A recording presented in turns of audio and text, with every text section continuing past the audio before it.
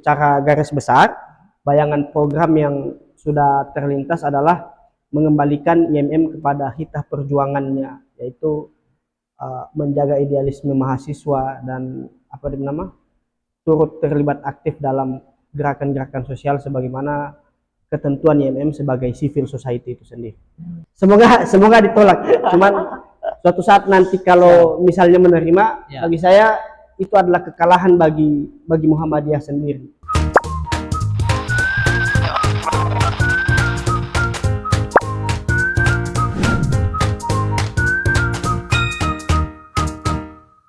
Kabar bro?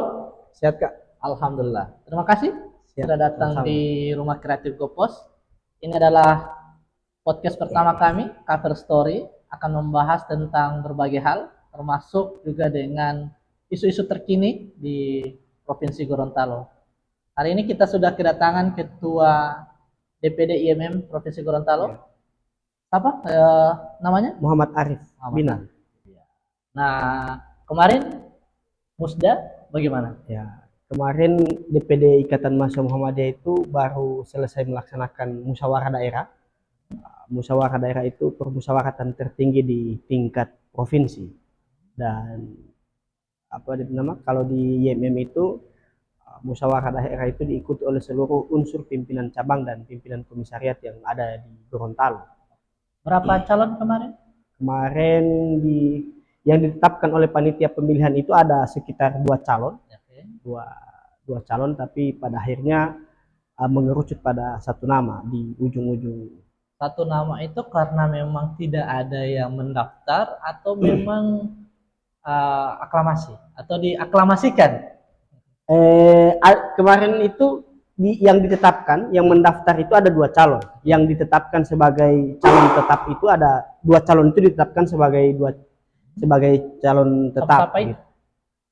Saya baru ada yang dari cabang kota itu Syahril Razak, tapi kemudian di dalam proses musyawarah tiba-tiba ada 1 cabang yang menarik rekomendasi calon ketua umum sehingga pencalonan Syahril tiba-tiba dibatalkan dalam sidang pleno.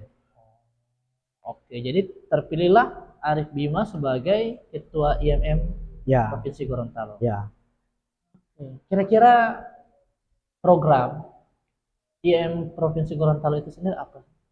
Sejauh ini pasca musyawarah daerah kami sementara berusaha merampungkan struktur terlebih dahulu untuk kemudian kita mau pikir ulang bagaimana DP program. Tapi secara garis besar bayangan program yang sudah terlintas adalah mengembalikan IMM kepada hitah perjuangannya, yaitu menjaga idealisme mahasiswa dan turut terlibat aktif dalam gerakan-gerakan sosial sebagaimana ketentuan IMM sebagai civil society itu sendiri. Oke. Nah, sekarang kan banyak organisasi-organisasi yang mahasiswa ya, terutama mahasiswa itu sudah mulai kendor di dalam memperjuangkan demokrasi maupun memperjuangkan hak-hak rakyat seperti itu. Jadi Arif Bima melihat itu seperti apa yang terjadi sih sebenarnya di Gorontalo? Hari-hari ini memang gerakan mahasiswa itu diperhadapkan dengan banyak gerakan pragmatisme sosial yang semata justru tidak lagi mencerminkan keseriusan dalam mengawal kebijakan dan jadi partner kritis dari pemerintah. Nah, bagi saya pribadi gerakan-gerakan yang sangat pragmatis seperti ini harusnya mulai dilakukan evaluasi internal di masing-masing organisasi. Dan di IMM sendiri saya menyadari bahwa hal itu betul-betul tumbuh dan ada sebagian orang yang masih tetap konsisten dan yang masih konsisten untuk tetap ikut melakukan gerakan berdasarkan hitah perjuangan masing-masing organisasi itu. Nah, sekarang kita lihat eksistensi dari IMM sendiri sudah mulai pudar ya, beberapa kegiatan, bahkan sebenarnya IMM itu banyak kegiatan ya, tapi mungkin tereksposnya sedikit. Itu kira-kira kenapa? eh, kalau misalnya soal kegiatan, ada benarnya bahwa hari ini kegiatan-kegiatan keimiman itu jarang terekspos, bukan karena kita berhenti bergerak, makanya kita tidak menunjukkan eksistensi kita dalam gerakan, tapi justru kebanyakan gerakan-gerakan keimiman khususnya di Gorontalo, dia fokus pada basis gerakan internal yang menyusun ulang bagaimana kerangka pikir gerakan itu sendiri, sehingga uh, hanya sedikit dari gerakan-gerakan eksternal yang mungkin muncul di publik Gorontalo hari ini. Oh, oke. Nah, ini kan juga lagi rame soal tambang diberikan izin kepada organisasi Ya, organisasi di Indonesia. Sikap IMM sendiri seperti apa? kalau menarik itu Kak, Ya. karena soal tambang memang sedang hangat-hangatnya dibahas Ya. sampai dengan hari ini. Oke. Khususnya apalagi ada dua organisasi besar yang menjadi tujuan dari pemberian izin usaha pertambangan oleh pemerintah, karena berdasarkan alasan pemerintah pemberian IUP itu untuk memberikan penghargaan pada organisasi-organisasi keagamaan yang sudah berjuang jauh sebelum Indonesia merdeka. Oke. Nah, Muhammadiyah menjadi salah satu target dari pemberian IUP itu. Tapi sampai dengan hari ini pimpinan pusat belum juga mengeluarkan statement atau belum ada kepastian untuk menerima atau menolak tambang itu. Tapi bagi saya pribadi, harusnya dengan besar saya punya harapan bahwa pimpinan pusat Muhammadiyah maupun Dewan Pimpinan Pusat Ikatan Mahasiswa Muhammadiyah menolak pemberian izin usaha pertambangan itu. Menolak. Berarti teman-teman IMM tidak mau untuk Ya, terjun jadi bagi saya adalah pelanggaran etika bagi Muhammadiyah ketika nanti Muhammadiyah mau menerima itu IUP. Tapi ini kan bisa membantu organisasi juga. Iya. Ya kan, tidak lagi teman-teman IMM sibuk-sibuk mencari proposal dan sebagainya. Ketika tambang ini diurus dengan baik oleh Muhammadiyah, mungkin ada sekian persen untuk organisasi eksternal di Muhammadiyah sendiri. Secara pribadi mungkin menguntungkan organisasi ya, tapi begini, Muhammadiyah itu sejak awal dia berdiri komitmennya adalah memperjuangkan hak-hak mustadafin seperti itu.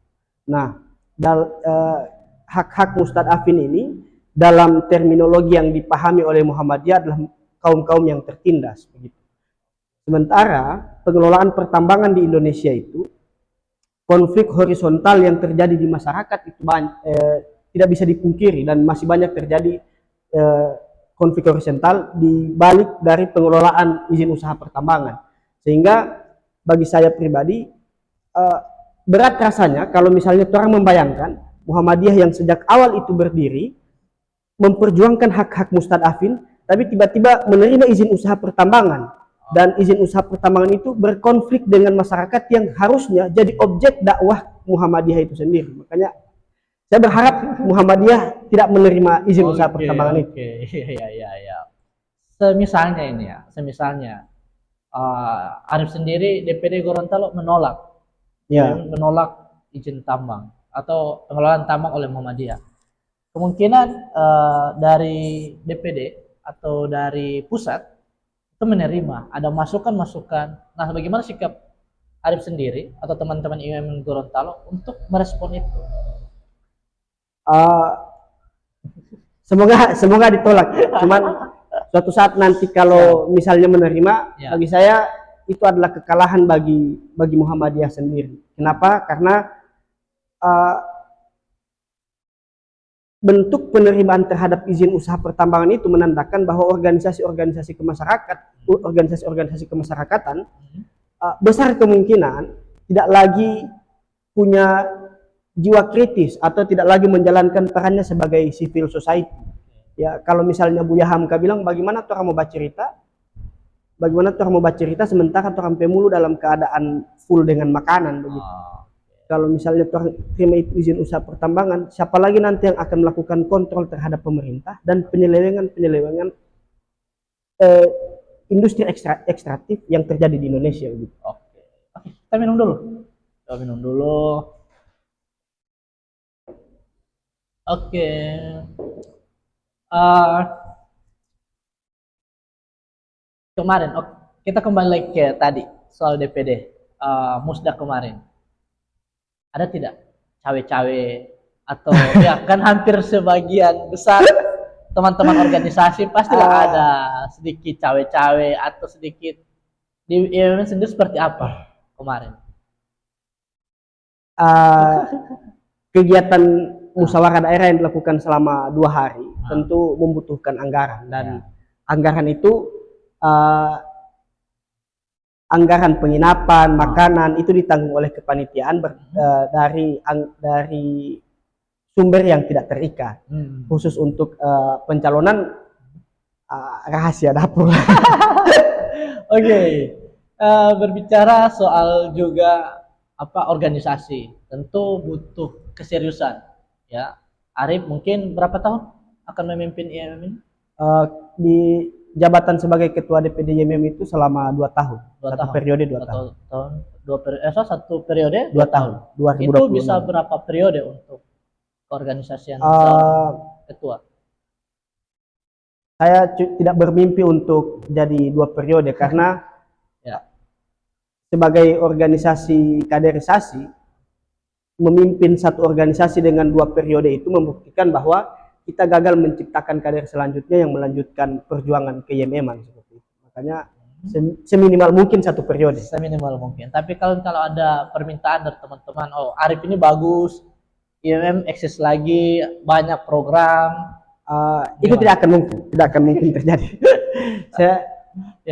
Pun kalau misalnya terjadi, sejak awal saya tidak pernah punya mimpi untuk memimpin IMM selama 2 periode. Oke, siap. Baik, terima kasih teman-teman. Kita hari ini berbicara dengan Ketua IMM Provinsi Gorontalo.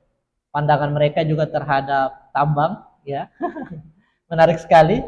Mungkin ke depan ada harapan-harapan dari teman-teman IMM untuk kemajuan organisasi ini.